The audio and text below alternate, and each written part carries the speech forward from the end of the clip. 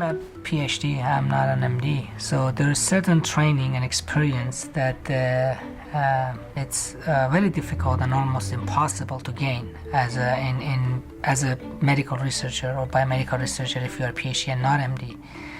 And at HMRI, it's purely clinical. We are running a clinical trial to validate our iPhone app with an MRI and show, okay, it gives the same information as MRI can provide. And then we're trying to find a new way to diagnose at earlier stages for heart failure with preserved ejection fraction.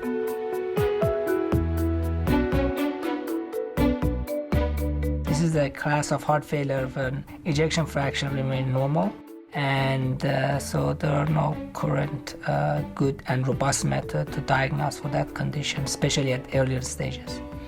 There are places in the body like the carotid artery in your neck or radial artery in your wrist that these vessels are very close to the surface. So as the wave propagates, these vibration propagated toward the surface of the skin. Then if you have an iPhone camera, you can image this motion and extract the waveform from it. And that waveform contains information about the heart. So the bottom line is that you can collect information about the heart using an iPhone that previously you needed to do MRI or echocardiogram to do that.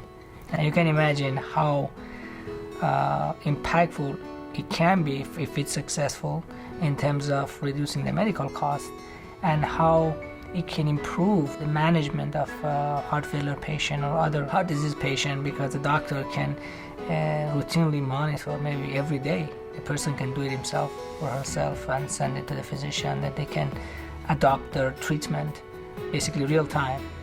And I think it's going to be very useful if successful. HMRI gave me this unique opportunity because of this project.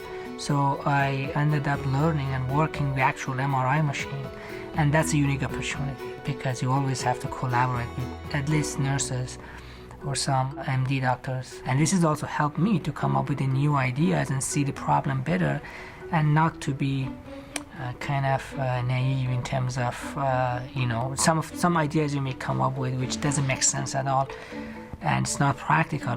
When you're actually exposed to it, you see the problem completely differently, and you recognize what kind of devices, what kind of method going to be more patient friendly, and you get a direct feedback from both patients and clinicians, and that's unique and very important.